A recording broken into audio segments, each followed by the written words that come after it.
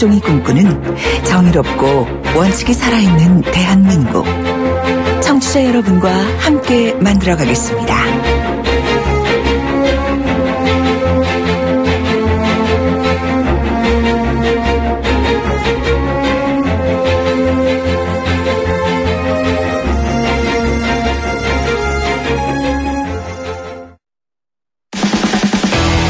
돌려보고 비틀어보는 오늘의 이슈. 이종훈의 뉴스 측면 승부.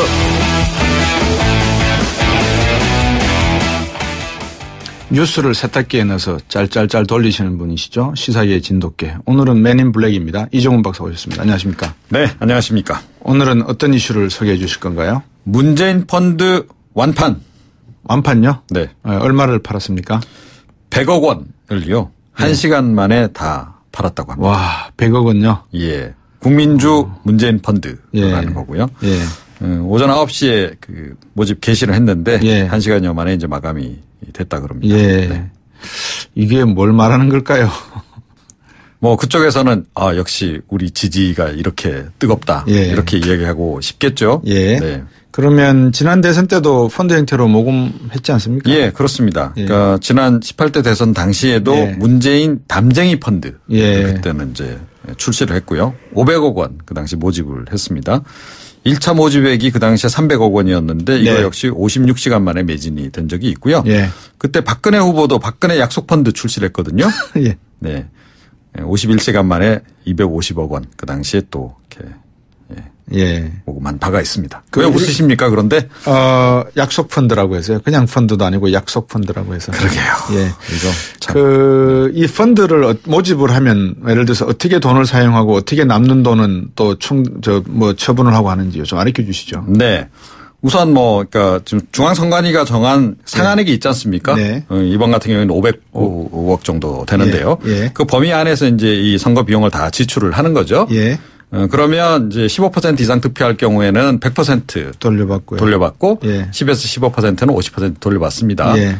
그런데 이제 문재인 후보 같은 경우에는 이제 15% 이상 받을 가능성이 높다고 보고 예. 100% 다 환급을 받으면 그 돈을 이제 그때 되돌려 주면서 거기에 이자를 좀 붙여서 네. 되돌려 준다. 예. 그러니까 선거가 이제 5월 9일 끝나면 이제 한 예. 2달 정도 걸립니다. 대략 정산되는데 예. 그래서 한 7월 9일께 이제 연리 한 3.6% 정도 예. 이자 붙여서 되돌려주는 그런 식입니다. 그렇군요. 네. 그러면 후보자가 15% 이상 득표할 것이 가능하면 거의 위험 부담이 없는 예, 그런 셈입니다. 투자네요. 예. 예. 그리고 조금 전에 이자율 말씀드렸지만 이게 예. 16개 시중은행 일반 신용대출 평균 금리라 그러거든요. 예, 예. 그러니까 이자율도 그렇게 나쁘지 않고 예. 그러니까 원금하고 이제 이자까지 되돌려 받는 그런 식이기 예. 때문에 예. 그러니까 그 후보에 대한 지지의 마음도 표시하면서 예. 금전적으로도 손해 볼 게 없는 약간의 이득을 보는 이런 그 식입니다. 네. 그렇군요. 지금 뒤집어서 말하면 15% 이상 득표가 힘든 후보들 많이 계시지 않습니까? 네. 펀드 모집하기가 좀 어렵겠다 그죠? 그렇죠. 그러니까 모집을 시도할 수는 있겠으나 예. 모금이 안 이루어질 가능성이 높죠. 그러니까 펀드가 안 팔릴 가능성이 높은 거죠. 예. 간단하게 얘기하면. 그렇죠. 이 경우에는 물론 이제 완전히 기부하는 심정으로 내가 하겠다. 예. 이런 분들만 이제 사겠죠. 예. 최악의 경우에는 원금을 못 받을 수도 있겠네요. 네, 그렇습니다. 그죠? 문재인 후보 같은 경우 그럴 경우가 이제 그럴 일이 없을 거라고 생각은 하지만 네.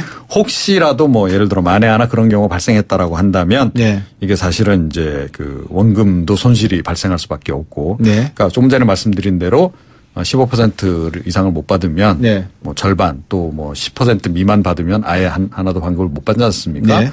자, 이렇게 되면 이제 당에서 어떻게 돈을 만들어 주든가 아니면 후보 개인이 만들어 주지 않는 한은 이제 속된 말로 원금이 펑크나는 경우도 있을 수 있는 거죠. 네. 그러면 지금 상황, 그러니까 지금 상황이라고 가정을 했을 때, 지금 네. 투표가 끝났다라고 가정했을 때, 그러면 예를 들어서 바른정당의 후보, 자유한국당의 후보가 결과 나온 득표를 지금 지지율로 가산을 한다면, 네. 이 후보들은 거의 반밖에 돌려받지 못하는 그런 상황이겠네요.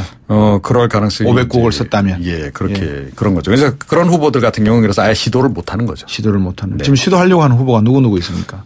이번에는 그래서 없을 것 같아요. 그러니까 문재인 그나마 후보 이제 빼고는요? 안철수 후보가 이제 지지율이 좀 높게 나오는 편이기 때문에 예. 안철수 후보 정도가 펀드 이제 이 판매를 시도해 볼 수 있는데 네. 그쪽 캠프에서는 아예 이번에 안 하기로 했답니다. 왜요? 그러니까 이게 뭐 이제 대행사 선정하는 문제도 있고요. 예. 또 캠프 내에 또 그걸 또 펀드 관리를 또 해야 되는 인력도 필요하다는 거죠. 예. 그래서 그 안철수 후보 같은 경우에는 이번에 예. 은행 대출로 조달을 해서 나중에 은행 대출을 갚는. 개인 은행 대출입니까? 개인 대출 형태가 되겠죠, 아무래도. 예. 개인 당 차원에서 할 수는 없는 거니까요. 그렇겠죠. 네.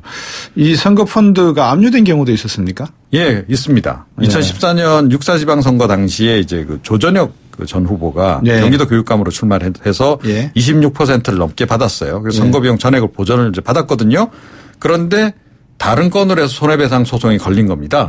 그러면서 이게 이제 그 그 소송에서 패소를 했어요. 그래서 선거 보전 비용 전액이 이게 법원에 그냥 공탁으로 넘어가 버리는 거예요. 뭐 이건 아주 예외적인 경우긴 한데. 경우네요. 예. 뭐 그런 이게 선거 펀드가 언제부터 시작됐습니까, 우리나라에? 2010년도에 유시민 전 보건복지부 장관이 경기도지사 출마했을 때 난 좀 깨끗하게 해보겠다. 그래서 그 당시에 유시민 펀드를 출시를 했죠. 3일 만에 41억 원 그 당시에 모금한 바가 있습니다. 그게 시작입니다. 그래서 성공 선출은 안 됐죠, 그죠? 네. 경기도지사로, 그죠? 그렇죠. 그럼 이 경우에는 어떻게 된 겁니까? 그때 그래도 이제 그 정당 지지가 있었기 때문에 어느 정도는 이제 돌려받아서 상환을 했다. 이거 갖고 그 뒷말은 없어요. 그러니까 뭐 펑크가 나가지고 뭐 소송이 걸렸다 이런 얘기는 없습니다. 그만큼 뭐 투명하게 하니까 그런 문제가 없겠죠. 네. 오늘 말씀 잘 들었습니다. 고맙습니다. 시사평론가 이종훈 박사였습니다.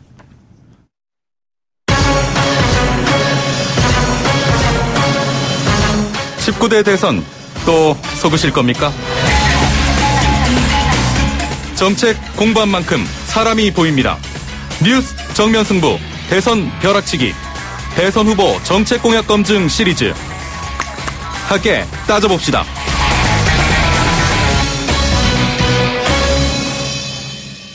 네, 오늘 주제는 복지 공약입니다. 다들 이 복지 확대를 약속하고 있습니다. 근데 재원은 어떻게 하는지 모르겠어요. 복지 그러면 재원이 필요한데 대부분 세금 아니겠습니까?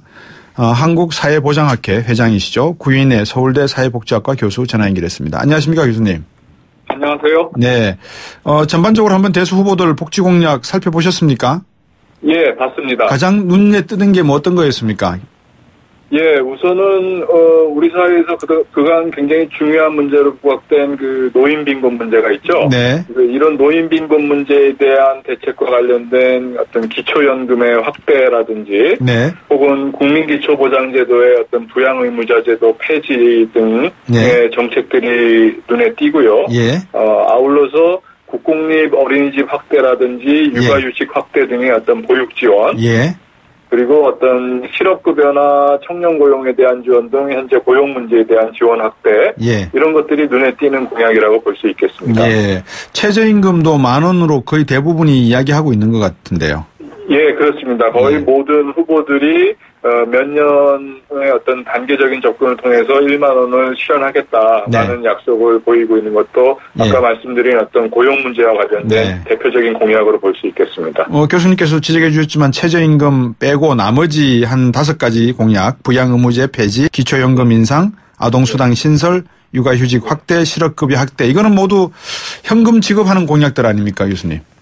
예, 그렇죠. 대부분의 현재 어떤 주요한 공약들이 바로 현금을 지출해야 되는 그런 급여를, 성격을 가지고 있습니다. 근데 우리나라 정부는 생산해내는 볼펜 한 자루도 만드는 곳이 아니지 않습니까? 어떻게 돈을 법니까? 예. 결국은 복지급여는, 국가 재정에서 충당을 하는 방식으로 돼야 되는데, 사회보험 같은 경우는 보험료가 있지만, 지금 제기되고 있는 많은 공약들은, 일반 재정에서 조세를 통해서 충당돼야 될 성격의 것들이 있다. 일반 재정이라고 말씀하셨으니까, 정세가 없다라고 지금 유승민, 심상정 후보 빼고는 나머지 세 후보는 주장하고 있지 않습니까? 어떻게 평가 좀 해주시죠. 어떻게 보십니까? 증세가 없다고 명확히 말하지는 않는데 기존에 있는 어떤 대책들을 최대한 활용해서 조달을 해보겠다라는 입장인 것 같은데요. 사실은 비현실적인 얘기죠. 그렇죠. 정확히 말한다면은 증세를 할 경우에 누군가 납세를 해야 되고 그런 납세 부담을 지는 사람들의 표를 놓치고 싶지 않다라는 예. 그런 어떤 정치적인 판단이 우선된 것이지 네. 실제 어떤 복지 공약을 실현하기 위해서 요구되는 어떤 재원에 대해서 진정성 있는 고려를 하고 있지 않다는 생각입니다. 예, 이렇게 복지 공약을 이야기하면서 증세하지 않겠다. 그러는 것은 결국 증세 없는 복지는 허구다 이렇게 봐도 되는 거 아니겠습니까? 맞는 말씀입니다. 대부분의 어떤 복지 지출이라는 것들이 결국은 현금이나 그에 상당한 어떤 재정을 지출해야 되는 것인데, 네. 그 재정을 마련하는 어떤 기본 원칙인 증세에 대한 어떤 적극적인 고려가 없다면 사실은 네. 복지 공약을 실현하기가 어렵게 되는 것이겠죠. 예, 우리 구인혜 교수께서도 이 재정과 복지에 대해서 아주 관심이 많으실 걸로 연구도 많이 하신 걸로 알고 있는데, 우리나라 복지 예산이 지금 다른 OECD 국가들에 비교해서는 어느 수준입니까? 구체적으로 비교할 때는 우리나라는 경제 수준에 비해서 굉장히 낮은 수준입니다. 네. 보통 우리나라의 최근의 어떤 복지 지출을 GDP의 한 10% 정도로 예. 잡고 있는데요. 우리가 가입해 있는 OECD 국가 평균 수준이 20% 정도가 되고요. 네. 우리가 보통 잘 아는 어떤 선진 복지 국가들이라고 하는 데는 대부분 30% 전후의 수준으로 그렇군요. 우리보다 몇 배나 높은 수준입니다. 예. 그러면 이렇게 복지비 지출이 30% 또 20%가 넘어간다 그러면 예산 전체에 비해서요. 그만큼 우리나라의 조세 부담률은 상대적으로 낮다.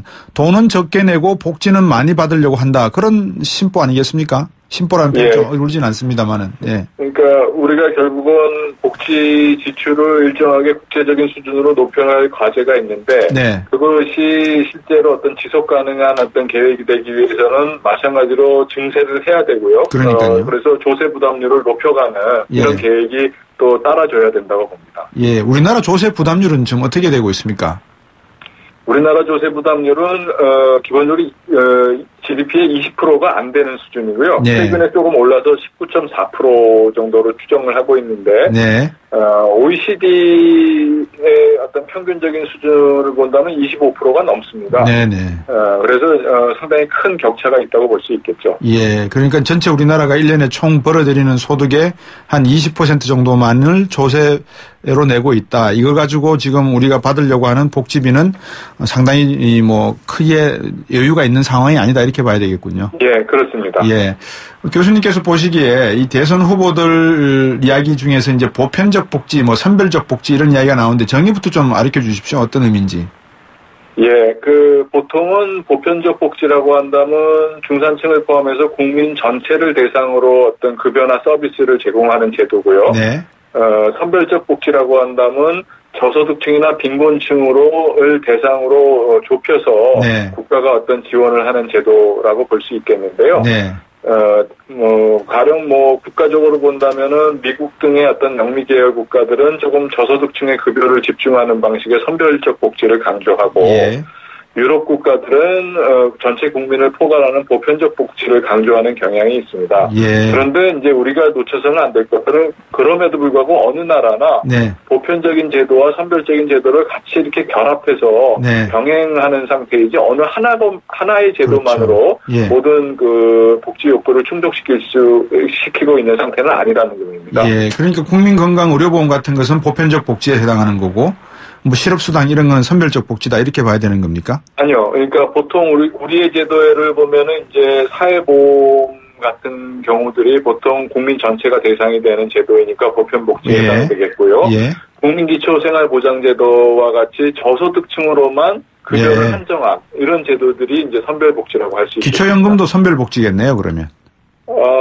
기초연금은 사실은 약간은 논쟁적인 측면이 있는데요. 네. 많은 서구 나라들은 기초연금을 노인에게 100%에게 주기 때문에 보편복지의 성격이 강하고요. 네. 근데 우리의 경우는 100%가 아니라 70%까지 주는데, 예. 또 그렇다고 해서 기초연금이 저소득층에게만 아주 국한돼 있다라고 말할 수는 없죠. 그래서 보편복지적인 성격이 있는데, 네. 또한 아울러서 좀 선별적인 성격도 띠고 있는 네. 그런 측면이 있습니다. 근데 기본적으로는 보편복지적인 성격이 좀 강한 편이라고 볼 수 있겠습니다. 예.